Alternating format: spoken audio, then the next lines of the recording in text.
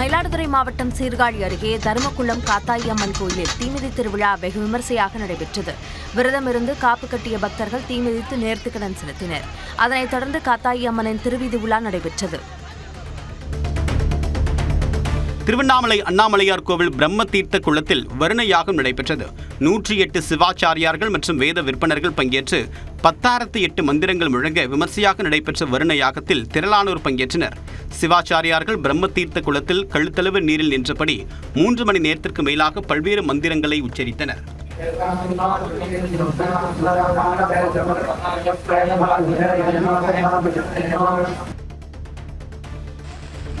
புதுக்கோட்டை மாவட்டத்தில் தொடர்ந்து 2வது நாளாக மாலை நேரத்தில் பரவலாக கனமழை பெய்தது. கந்தர்வக்கோட்டை, ஆலங்குடி, கரம்பக்குடி உள்ளிட்ட பகுதிகளில் பெய்த திடீர் மழையால் பள்ளி மாணவர்கள் மற்றும் வாகன ஓட்டிகள் நனைந்தனர். மழை காரணமாக வெப்பம் குறைந்து குளிர்ச்சியான சூழல் நிலவியதால் மக்கள் மகிழ்ச்சியடைந்தனர்.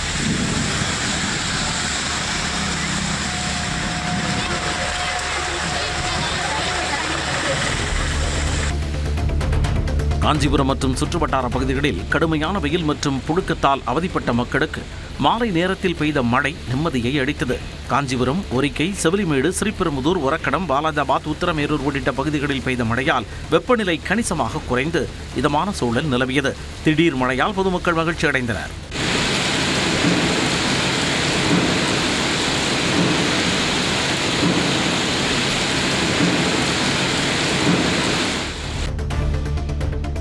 தருமபுரியில் மாரியம்மன் கோவில் திருவிழாவில் பால்குடம் ஊர்வலம் வெகு விமர்சையாக நடைபெற்றது. பால்குடங்களை தலையில் சுமந்தபடி ஏராளமானோர் வலம் வந்தனர். விநாயகர் கோவிலில் இருந்து கடைவீதி, ஔவையார் அரசு பள்ளி வழியாக பால்குட ஊர்வலம் நடைபெற்றது.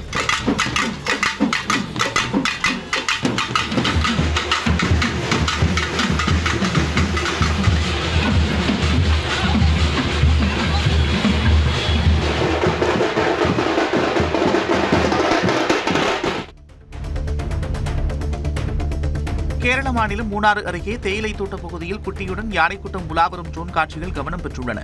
தேயிலை செடிகளுக்கு இடையே குட்டி உட்பட யானைகள் வரிசையாக நடந்து செல்லும் காட்சிகள் இதில் பதிவாகியுள்ளது.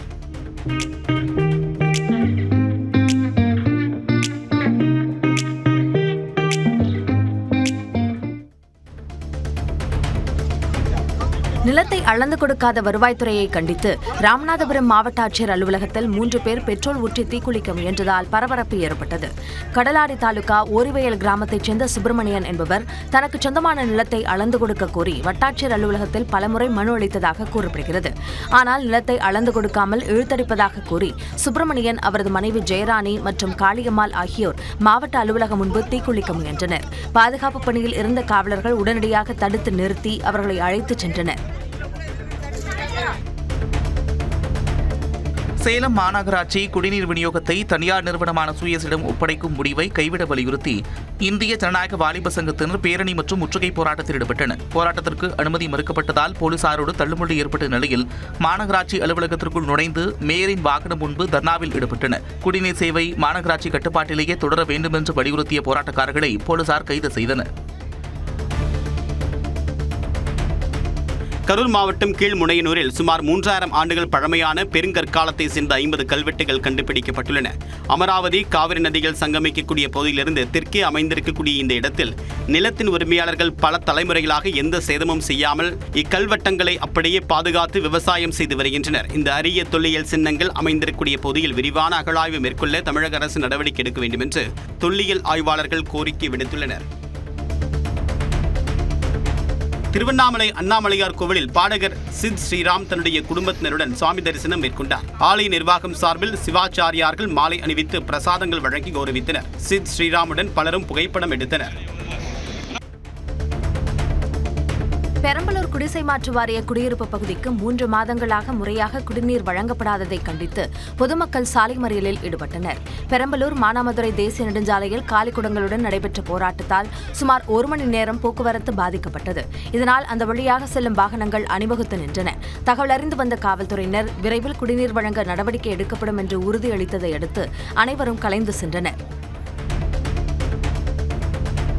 தருமபுரி மாவட்டம் அதியமான்கோட்டையில் பாதுகாப்பு உபகரணங்களின்றி தூய்மைப் பணியாளர்கள் சாக்கடை கால்வாயில் இறங்கி சுத்தம் செய்த சம்பவம் அதிர்ச்சியை ஏற்படுத்தியுள்ளது. இத்தகைய செயல்களை அங்கிருந்த இளைஞர்கள் சிலர் தங்களது செல்போன்களில் படம் பிடித்ததை அறிந்த அதிகாரிகள் பணியாளர்களை உடனடியாக கால்வாயிலிருந்து வெளியேறுமாறு உத்தரவிட்டனர். பாதுகாப்பு உபகரணங்களின்றி இதுபோன்ற பணிகளில் ஈடுபடுத்தக்கூடாது என ஏற்கனவே அரசு அறிவுறுத்திய நிலையில் மாவட்ட நிர்வாகம் நடவடிக்கை எடுக்க வேண்டும் என்ற கோரிக்கை எழுந்துள்ளது. கிருஷ்ணகிரி மாவட்டம் தேன்கனிக்கோட்டை அருகே தடை செய்யப்பட்ட குட்கா பொருட்களை கடத்திய காரை காவல்துறையினர் சினிமா பாணியில் விரட்டி பிடித்தனர். மதகுண்டப்பள்ளியில் காவல்துறையினர் வாகன தணிக்கையில் ஈடுபட்ட போது அந்த வழியாக வந்த கார் காவலர்களின் வாகனத்தில் மோதிவிட்டு தப்பிச் சென்றது. சினிமா பாணியில் காவலர்கள் துரத்தியதால் ஒரு கட்டத்தில் பெண்ணங்கூரில் காரை நிறுத்திவிட்டு ஓட்டுநர் உள்ளிட்டோர் தப்பியோடினர். காரில் இருந்து 2,25,000 ரூபாய் மதிப்புள்ள 370 கிலோ குட்கா மற்றும் மதுபானங்களை காவல்துறையினர் பறிமுதல் செய்தனர். போலி பதிவு எண் பயன்படுத்தப்பட்ட கார் பறிமுதல் செய்யப்பட்ட நிலையில் தப்பியவர்களை தேடி வருகின்றனர். விருதுநகர் மாவட்டம் காரியாபட்டி அருகே ஆடு திருடிய இளைஞரை பொதுமக்கள் விரட்டி பிடித்து காவல்துறையிடம் ஒப்படைத்தனர். சத்திரப்புளியங்குளத்தில் மேய்ச்சலுக்கு விடப்பட்டிருந்த ஆட்டை இருசக்கர வாகனத்தில் சென்ற ஒருவர் திருடிச் செல்ல முயன்றதாக தெரிகிறது. இதனை கண்ட ஆட்டோ ஓட்டுநர் கூச்சலிட்டதைத் தொடர்ந்து ஆடு திருடிய நபரை பொதுமக்கள் துரத்தி பிடித்து காவல் நிலையத்தில் ஒப்படைத்தனர். விசாரணையில் கஞ்சநாயக்கன்பட்டியைச் சேர்ந்த குணசேகரன் என்பது தெரியவந்தது. வேறு யாருக்கெல்லாம் தொடர்புள்ளது என்பது குறித்து காவல்துறையினர் விசாரணை நடத்தி வருகின்றனர். நிலக்கோட்டை அரசு ஆதிதிராவிடர் மாணவியர் விடுதியில் அடிப்படை தேவைகளை செய்து தரக்கோரி நடைபெற்ற போராட்டத்தில் 2 மாணவிகள் மயங்கி விழுந்ததால் பரபரப்பு ஏற்பட்டது. அரசு மாணவியர் விடுதியில் குடிநீர், உணவு உள்ளிட்ட அடிப்படை தேவைகளை விடுதி காப்பாளர் சரிவர செய்து தருவதில்லை என்று கூறப்படுகிறது. இதனை கண்டித்து நிலக்கோட்டை வத்தலகுண்டு சாலையில் மாணவிகள் திடீரென போராட்டத்தில் ஈடுபட்டனர். அப்போது காலை முதலே சாப்பிடாததால் 2 மாணவிகள் மயங்கி விழுந்தனர். அவர்களை சக மாணவிகள் மீட்டு மருத்துவமனைக்கு அனுப்பி வைத்தனர். சிவகங்கை மாவட்டம் காரைக்குடி மாநகராட்சியில் 10,000 ரூபாய் லஞ்சம் வாங்கியதாக வருவாய் உதவியாளர் கைது செய்யப்பட்டார். காரைக்குடி மாநகராட்சியில் வருவாய் உதவியாளராக பணியாற்றும் சரவணன் என்பவர் பேயன்பட்டியைச் சேர்ந்த பெண் ஒருவரிடம் வீட்டு வரி விதிப்புக்காக 10,000 ரூபாய் லஞ்சம் கேட்டதாக தெரிகிறது.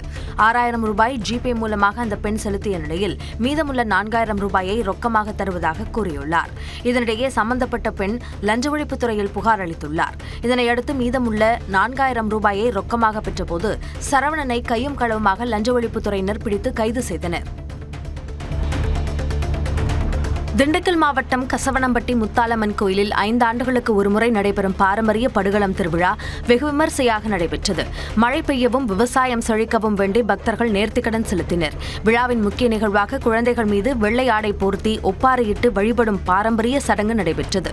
சுற்றுவட்டார கிராமங்களைச் சேர்ந்த ஏராளமான பக்தர்கள் திருவிழாவில் பங்கேற்று அம்மனை தரிசனம் செய்தனர்.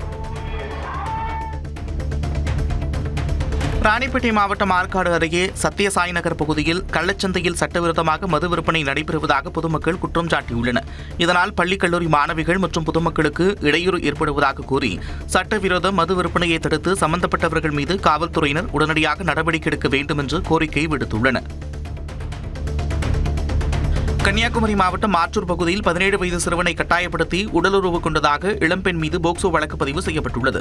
புகாருக்குள்ளான இளம்பெண் உடல்நலக்குறைவு காரணமாக மருத்துவமனையில் அனுமதிக்கப்பட்ட நிலையில் அவர் 8 மாத கர்ப்பமாக இருப்பது தெரியவந்துள்ளது. விசாரணையில் டிப்ளமோ வகுப்பில் படிக்கும் சக மாணவரான சிறுவனுடன் தொடர்பில் இருந்தது தெரியவந்தது. இதனையடுத்து சிறுவனின் தாயார் அளித்த புகாரின் பேரில் இளம்பெண் மீது போக்சோ சட்டத்தின் கீழ் வழக்கு பதிவு செய்து காவல்துறையினர் விசாரணை நடத்தி வருகின்றனர். திருப்பூர் மாவட்டம் பல்லடம் அருகே வாகன சோதனையில் பிடிபட்ட வடமாநில நபர்கள் கொடுத்த தகவலின் பேரில் எர்ணாகுளம் எக்ஸ்பிரஸ் ரயிலின் ஏசி பெட்டியில் மறைத்து கடத்தி வரப்பட்ட 30 கிலோ கஞ்சாவை போலீசார் பறிமுதல் செய்தனர். தொடர்ந்து நடத்தப்பட்ட சோதனையில் அவர்களின் வீட்டிலிருந்து மேலும் கஞ்சா, ஒரு கைத்துப்பாக்கி மற்றும் 4 தோட்டாக்கள் பறிமுதல் செய்யப்பட்டு ஒடிசாவைச் சேர்ந்த மிருதுன் ஜெயரானா உள்ளிட்ட 4 பேர் கைது செய்யப்பட்டனர். வாட்ஸ்அப் மற்றும் கூகுள் பே மூலம் செயல்பட்ட இந்த கடத்தல் கும்பலிடமிருந்து மொத்தம் 40 கிலோ கஞ்சா பறிமுதல் செய்யப்பட்டிருப்பதாக எஸ்பி சிருஷ்டி சிங் தெரிவித்துள்ளார். சென்னையின் முக்கிய குடிநீர் ஆதாரமான பூண்டி சத்தியமூர்த்தி நீர்த்தேக்கத்தில் நீர்மட்டம் மற்றும் நீர்வரத்தை 24 மணி நேரமும் கண்காணிக்கும் நவீன சென்சார் அமைப்புகள் நிறுவும் பணிகள் தீவிரமாக நடைபெற்று வருகின்றன. திட்டம் நிறைவடைந்ததும் தலைமைச் செயலகத்தில் இருந்து அணையின் ஷட்டர்களை தொலைநிலையிலேயே இயக்கும் வசதி ஏற்படுத்தப்பட உள்ளது. இதன் மூலம் வெள்ள காலங்களில் துரித நடவடிக்கை எடுப்பதுடன் நீர் மேலாண்மையும் குடிநீர் பாதுகாப்பும் மேலும் மேம்படும் என அதிகாரிகள் தெரிவித்துள்ளனர். புதுச்சேரியில் தேசிய மாணவர் படையினரின் கடல் சாகச பயணத்தை முதலமைச்சர் ரங்கசாமி தொடங்கி வைத்தார்.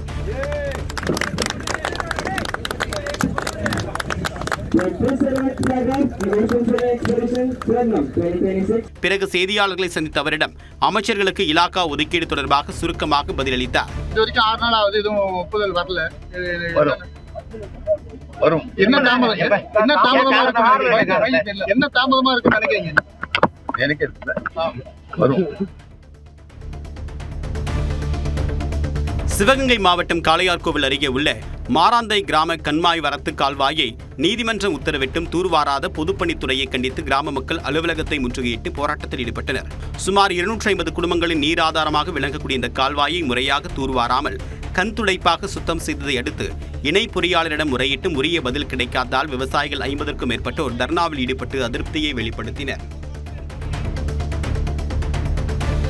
திருவண்ணாமலை கிரிவல பாதையில் உள்ள இடுக்கு பிள்ளையார் கோயிலுக்கு காலை 6 மணி முதல் இரவு 8 மணி வரை மட்டுமே பக்தர்கள் அனுமதிக்கப்படுவர் என்று கோயில் நிர்வாகம் அறிவித்துள்ளது. ஆந்திர பக்தர் ஒருவர் இடுக்கு வழியில் சிக்கி உயிரிழந்த சம்பவத்தை தொடர்ந்து உடல் பருமன், முதியவர்கள், உடல்நலக் குறைபாடு உள்ளவர்களுக்கு அனுமதி மறுக்கப்படுவதோடு அதற்கான பதாகைகளும் வைக்கப்பட்டுள்ளன. பக்தர்களின் பாதுகாப்பிற்காக சுழற்சி முறையில் 2 பணியாளர்கள் நியமிக்கப்பட்டுள்ளனர். மேலும் உடல் அளவை பரிசோதிக்கும் வகையில் நுழைவு பகுதியில் இரும்பு கம்பிகள் அமைக்கப்பட்டு அவற்றின் இடைவெளிக்குள் செல்லக்கூடியவர்கள் மட்டுமே இடுக்கு பாதையில் அனுமதிக்கப்படுகின்றனர். தேனி மாவட்டம் உத்தமபாளையம் அருகே பயன்பாடற்ற தனியார் கிணற்றில் கம்பம் நகராட்சி குப்பைகளை கொட்ட பொதுமக்கள் எதிர்ப்பு தெரிவித்து வாகனம் சிறைப்பிடிக்கப்பட்டது.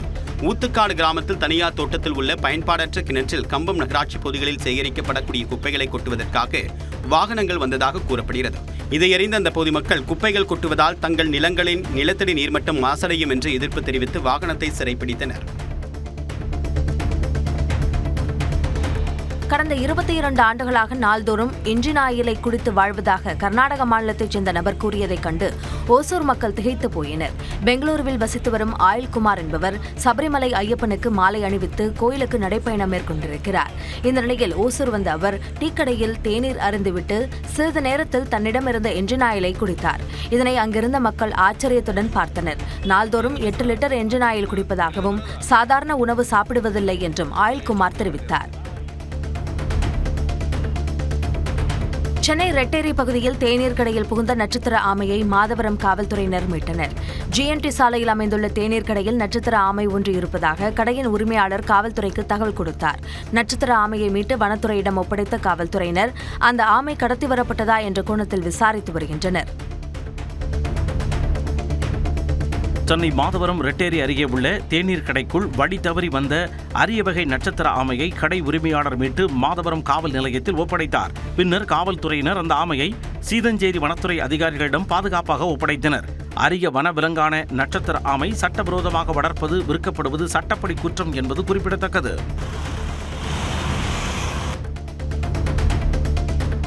நீலகிரி மாவட்டம் கூடலூர், நாடுகாணி, ஓவேலி, ஊசிமலை உள்ளிட்ட பகுதிகளில் 12 ஆண்டுகளுக்கு ஒருமுறை பூக்கும் அரிய நீல குறிஞ்சி மலர்கள் மலைகளை ஊதா நிறத்தில் அலங்கரித்துள்ளன. இந்த நிலையில் நீல குறிஞ்சி மலர்களுக்கு நடுவே அரிதாக காணப்படும் வெள்ளை குறிஞ்சி மலர்களும் பூத்து குலுங்கி இயற்கை ஆர்வலர்களையும் சுற்றுலா பயணிகளையும் வெகுவாக கவர்ந்துள்ளது. காற்றில் அசையும் நீல குறிஞ்சிக்கு இடையே வெள்ளை குறிஞ்சி மலர்கள் கண்கொள்ளா காட்சியை உருவாக்கி கூடலூரின் மலை பகுதிகளை இயற்கை ஓவியமாக மாற்றியுள்ளன. கோவை பாரதியார் பல்கலைக்கழகத்தில் பதிவாளரை சந்திக்க அனுமதி மறுக்கப்படுவதாக கூறி பேராசிரியர்கள் உள்ளிருப்பு போராட்டத்தில் ஈடுபட்டனர். பல்கலைக்கழக பேராசிரியர்கள் சிலர் தங்களது கோரிக்கைகள் தொடர்பாக பதிவாளரை சந்திக்க வந்துள்ளனர். ஆனால் அவரை சந்திக்க விடாமல் பல்கலைக்கழக நிர்வாகம் தரப்பில் அனுமதி மறுக்கப்பட்டதாக கூறப்படுகிறது. இதனையடுத்து பேராசிரியர்கள் உள்ளிருப்பு போராட்டத்தில் ஈடுபட்டதால் சிறிது நேரம் சலசலப்பு ஏற்பட்டது. தூத்துக்குடி முள்ளக்காடு பகுதியில் 93 ஆண்டுகளாக உப்பு உற்பத்தியில் ஈடுபட்டு வரும் சிறு உப்பு உற்பத்தியாளர்கள் கப்பல் கட்டும் தளத்திற்காக சுமார் 3000 ஏக்கர் நிலத்தை கையகப்படுத்தும் திட்டத்திற்கு எதிர்ப்பு தெரிவித்து மாவட்ட ஆட்சியர் அலுவலகத்தை முற்றுகையிட்டு போராட்டத்தில் ஈடுபட்டனர். மாற்று இடம் வழங்கும் அரசின் யோசனையை ஏற்க மறுத்த உற்பத்தியாளர்கள் உப்பளங்கள் மற்றும் மீனவர் வாழ்வாதாரத்தை பாதுகாக்க தமிழக அரசு உடனடியாக நடவடிக்கை எடுக்க வேண்டும் என வலியுறுத்தினர்.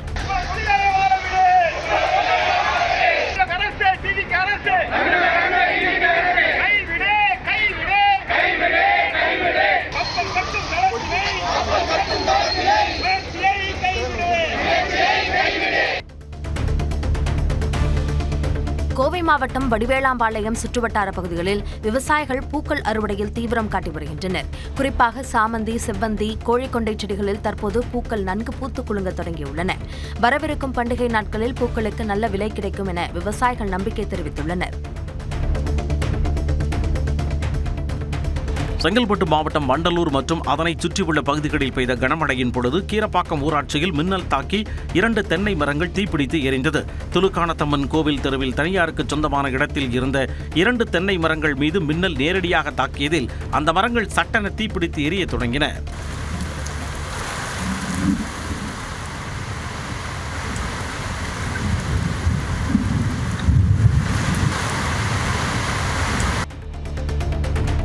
திருச்சி மாவட்டம் துவரங்குறிச்சி அருகே ஐயனார் கோவில் மற்றும் முத்தாளம்மன் கோவிலில் சிறப்பு பூஜைகளுடன் குதிரை கண் திறப்பு நிகழ்ச்சி திருவிழா விமர்சையாக நடைபெற்றது.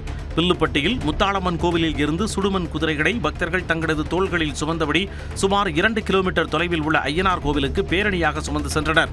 பின்னர் அங்கு சிறப்பு அபிஷேக ஆராதனைகள் செய்யப்பட்டு மகா தீபாராதனை காண்பிக்கப்பட்டது.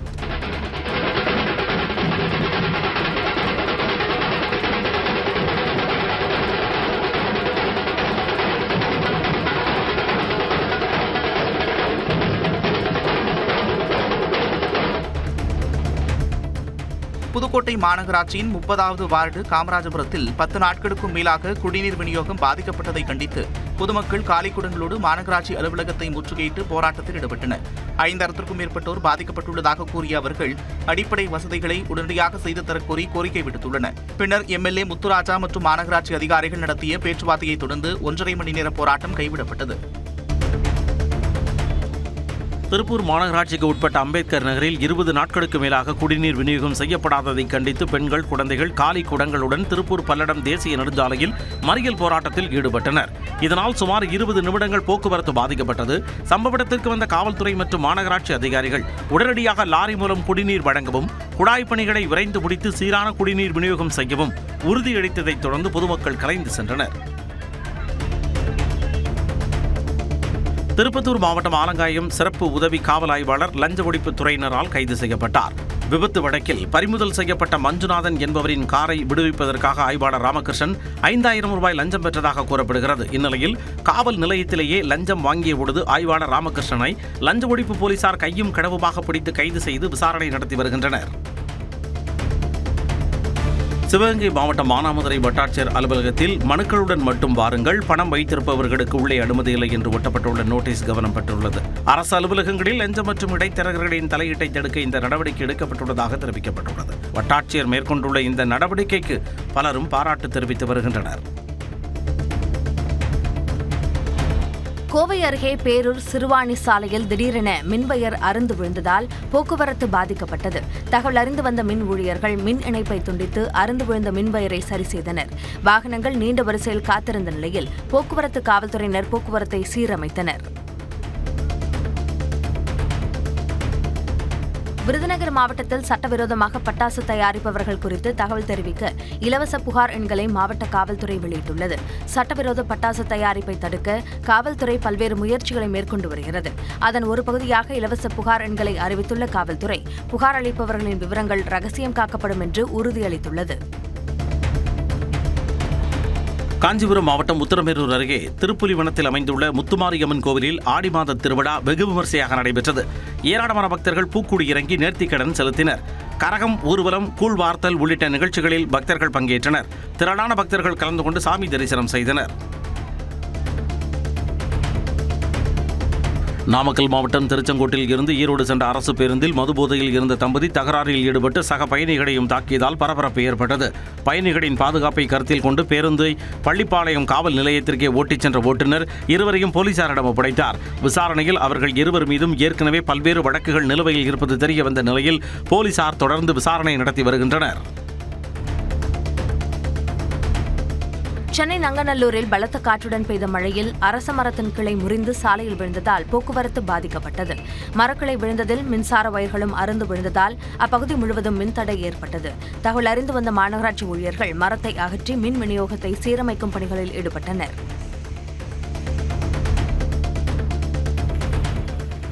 சிவகங்கை மாவட்டம் சிங்கமுனரி அருகே கிராவல்கோரியை மீண்டும் செயல்படுத்தி உள்ளூர் மக்களுக்கு வேலை வாய்ப்பை உறுதி செய்ய கோரி 4 கிராமங்களைச் சேர்ந்த 100க்கும் மேற்பட்டோர் ஆட்சியர் அலுவலகத்தில் மனு அளித்தனர்.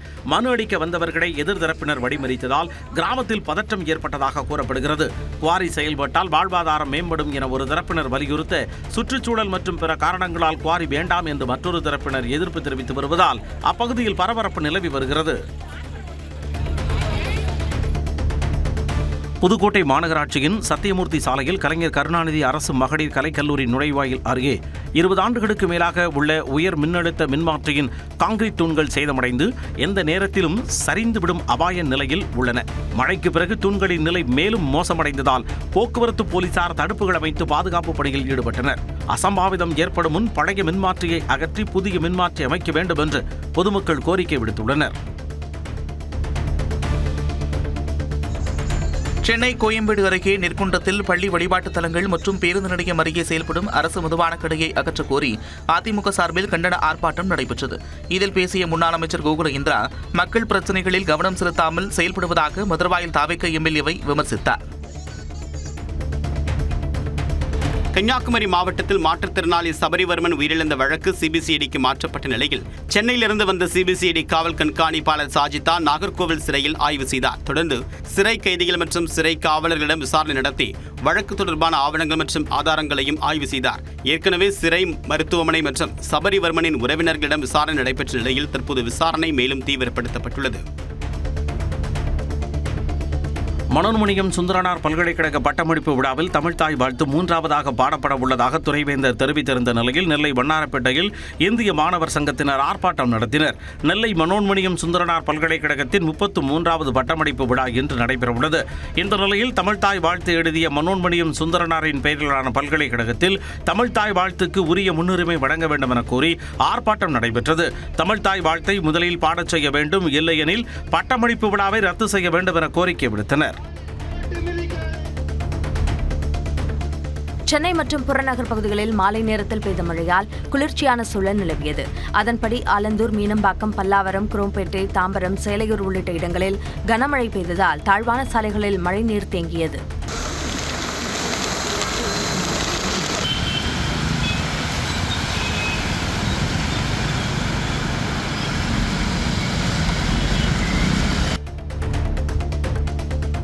கடலூர் அருகே காராமணிக்குப்பம் ஊராட்சியில் குப்பை சேகரிக்கும் பணியின் பொழுது கிடைத்த 2 பவுன் தங்கச் செயினை அதன் உரிமையாளரிடம் நேர்மையாக ஒப்படைத்த 7 தூய்மை பணியாளர்களை மாவட்ட ஆட்சியர் பாராட்டி கௌரவித்தார்.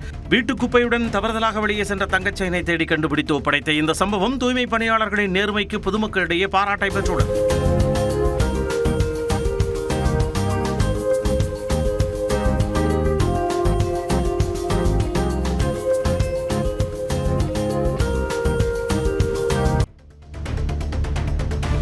ஆந்திராவிற்கு ரேஷன் அரிசி கடத்திய மினி வேன் சாலையில் கவிழ்ந்து விபத்திற்குள்ளானது.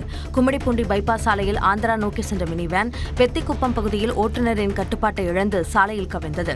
உடனே வாகன ஓட்டுநர் அங்கிருந்து தப்பியோடிய நிலையில் மீட்கப்பட்ட வாகனத்தில் 2 டன் ரேஷன் அரிசி இருந்தது தெரியவந்தது.